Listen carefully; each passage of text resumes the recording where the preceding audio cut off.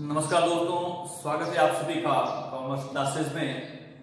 आज का हमारा जो टॉपिक है वो है प्रतिचयन की जो रीतियां थी, उसमें जो पहली रीति थी यादृच्छिक, और उसमें हमने पिछले वीडियो पढ़ा था कि कुल 5 विधियां होती हैं और उन 5 विधियों में जो सबसे पहली विधि है सरल यादृच्छिक प्रतिचयन विधि। आज हम उसके ऊपर विस्तार से चर्चा करेंगे, इसका अर्थ क्या होता है और इस विधि का उपयोग करते समय कौन से जो आवश्यक तत्व हैं उनके बारे में हम यहाँ पर विस्तार से चर्चा करेंगे।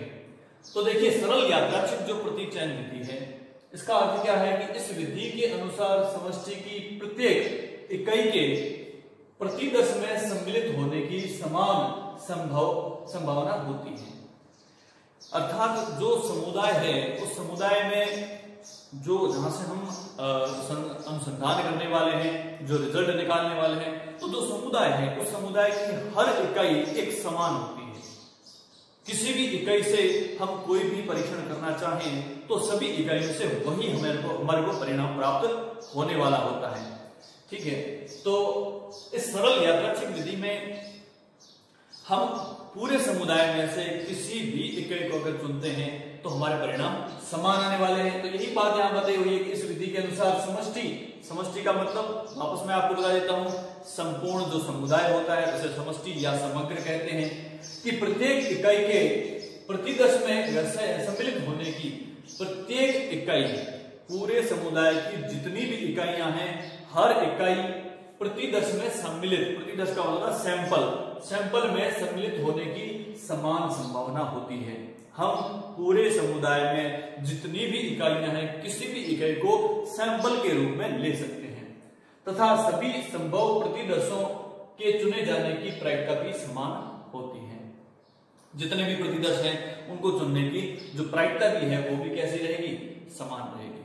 यानी कि जो परिणाम हमारे को प्राप्त होने वाले हैं वो परिणाम भी जो प्राप्त होने की संभावना है वो भी कैसी होती है, समान होती है। पिछले वीडियो में हमने समष्टि, प्रतिदर्श, प्राचल, इनके ऊपर हमने एक वीडियो बना के रखा है। अगर आपको इन शब्दों में थोड़ी सी कठिनाई होती है तो आप हमारे उस वीडियो को भी देख सकते हैं। पिछले जितने भी वीडियोस हैं उन सारे वीडियोस की जो लिंक है वो मैं डिस्क्रिप्शन में नीचे दे दूंगा, आप वहां से उसको अध्ययन कर सकते हैं। आगे देखिए, प्रतिदर्श में इकाइयों की चयन प्रक्रिया पूर्ण रूप से देव पर छोड़ दी जाती है। इस विधि में जो प्रतिदर्श में इकाइयों की जो चयन प्रक्रिया है, सैंपल के लिए जो इकाई को हम चयन करते हैं, सेलेक्ट करते हैं, तो उसकी जो विधि है वो क्या है, पूर्ण रूप से देव पर छोड़ दी जाती है। देव का अर्थ यहाँ पर होता है रेंडमली हम किसी चीज को उठाते हैं, उसे कहते हैं देव आधार पर। चयनकर्ता की अभिनति या स्वेच्छा पर निर्भर नहीं होता है। अर्थात जो परीक्षण करने वाला व्यक्ति है या चयन करता है वह अपनी इच्छा से किसी इकाई को नहीं चुनता है, वह देव आधार पर रैंडमली किसी भी इकाई को प्रतिदर्श के रूप में चुन सकता है। किस विधि में, सरल यादृच्छिक चयन प्रतिचयन विधि में। अब देखिए कि यादृच्छिक शब्द जो है, हम बार बार एक ही शब्द प्रयोग में ले रहे हैं, यादृच्छिक। इस यादृच्छिक शब्द का अर्थ कई स्टूडेंट कुछ और निकालते हैं, तो यहाँ स्पष्ट किया हुआ है कि यादृच्छिक शब्द जो है उसका तात्पर्य अनियमित, आकस्मिक या असावधानी युक्त नहीं है। हम उसे अनियमित नहीं कहेंगे, यादृच्छिक का मतलब अनियमित भी नहीं होगा, आकस्मिक नहीं होगा, असावधानी युक्त नहीं होगा। यादृच्छिक शब्द का अर्थ होता है देव या संयोग या समप्रायिकता पर आधारित, यानी कि सम आधार पर जो चयन प्रक्रिया होगी उसे हम क्या कहेंगे, यादृच्छिक। जहां पर हम देव आधार पर कोई चयन करते हैं, जहां पर हम संयोगवश कोई चयन करते हैं, या फिर हम समप्रायिकता, जहां पर समान प्रायिकता होती है वहां पर हम जो चयन करते हैं, उस चयन प्रक्रिया को क्या कहा जाता है, यादृच्छिक। वहीं पर यादृच्छिक शब्द का प्रयोग होता है। अब देखिए, सरल यादृच्छिक प्रतिचयन के जो आवश्यक तत्व हैं कौन कौन से हैं, तो देखिए सबसे पहला है चयन प्रक्रिया में समष्टि की प्रत्येक इकाई के चुने जाने की समान प्रायिकता होती है। हमने ऊपर इसी कार्य के बारे में चर्चा की थी कि जो संपूर्ण समुदाय है उस समुदाय में जितनी भी इकाइयां हैं, किसी भी इकाई को हम चुन सकते हैं, सबकी संभावना समान होती है। तो यही बात यहाँ पर कही हुई है कि चयन प्रक्रिया में हर इकाई को आसानी से चुन सकते हैं, सबकी प्रायिकता जो है वो समान होती है।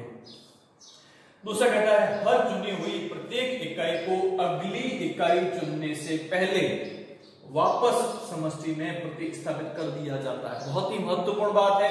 क्या कहा गया है कि हम जब भी सैंपल लेते हैं तो कहां से लिया जाता है, समष्टि में से, और समष्टि का मतलब क्या होता है, सभी इकाइयों का समूह। तो वही बात यहां पर कही हुई है कि हर चुनी हुई प्रत्येक इकाई को, हम जो भी इकाई चुनेंगे उस चुनी गई इकाई को अगली इकाई चुनने से पहले, हमने एक बार एक इकाई को चुन लिया, उसके बाद में हम अगर दूसरी इकाई का चयन कर रहे हैं तो पहली इकाई को वापस उस समुदाय में शामिल कर दिया जाता है। ठीक है, तभी तो कहा जाता है ना समष्टि में से, यानी कि उसके प्रभाव, सभी इकाइयों के प्रभाव समान होते हैं। यदि हमने जो इकाई पहले से चुन लिया उसको अलग कर दिया है तो वह यादृच्छिक नहीं होगा। इसका मतलब है हमने ये देख लिया कि यह परिणाम इस चुनी हुई इकाई में नहीं मिलेंगे या फिर इससे बेटर मिल सकते हैं, तो वहां पर फिर गैर यादृच्छिक इकाई जो चयन प्रक्रिया बन जाती है। इसलिए यहाँ पर क्या किया जाता है कि जो भी इकाई हमने चयन कर ली है और अगली इकाई चयन करेंगे उससे पहले जो पहले इकाई जो चयन की गई थी उस इकाई को वापस उस समुदाय में प्रतिस्थापित यानी कि शामिल कर दिया जाता है।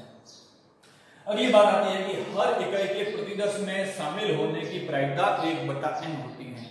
हर इकाई मतलब जितनी भी समुदाय में इकाइयां हैं, हर इकाई को उस समुदाय में से प्रतिदर्श के रूप में, सैंपल के रूप में शामिल होने की संभावना कितनी होगी, 1/n होगी। यहां से एग्जाम में क्वेश्चन पूछा भी जा सकता है कि सैंपलिंग में, प्रतिचयन में संपूर्ण जो समुदाय है उसमें से हर इकाई के प्रतिदर्श के रूप में शामिल होने की संभावना कितनी होती है, तो उसकी संभावना कितनी होगी, 1/n। एक ही बार होगी, जितनी भी समुदाय की इकाइयां हैं हर इकाई को हम एक ही बार चुन सकते हैं, एक प्रतिचयन के लिए। ठीक है, अगली बात आती है चयन प्रक्रिया में समष्टि की किसी इकाई का चयन किसी अन्य इकाई के चुने जाने पर कोई प्रभाव नहीं पड़ता। हम किसी इकाई को चयन कर लेते हैं तो उससे दूसरी इकाई का परिणाम परिवर्तित हो जाएगा, नहीं होता है, क्योंकि सभी इकाइयां एक समान होती है। किसी इकाई को चुन लेने से बाकी इकाई का जो है प्रभाव न तो कम होगा न बढ़ सकता है, क्योंकि प्रतिदर्श की सभी इकाइयां चयन में परस्पर स्वतंत्र होती है। सब इकाइयां स्वतंत्र होती है और उनका जो परिणाम भी है वो सबका समान ही आता है। इसलिए किसी इकाई का चयन कर लेते हैं तो उससे अन्य इकाइयों पर कोई प्रभाव नहीं पड़ता है। तो ये था हमारा प्रतिचयन की विधियों का पहली जो विधि है यादृच्छिक विधि, उसमें सबसे पहली विधि है सरल यादृच्छिक विधि। धन्यवाद।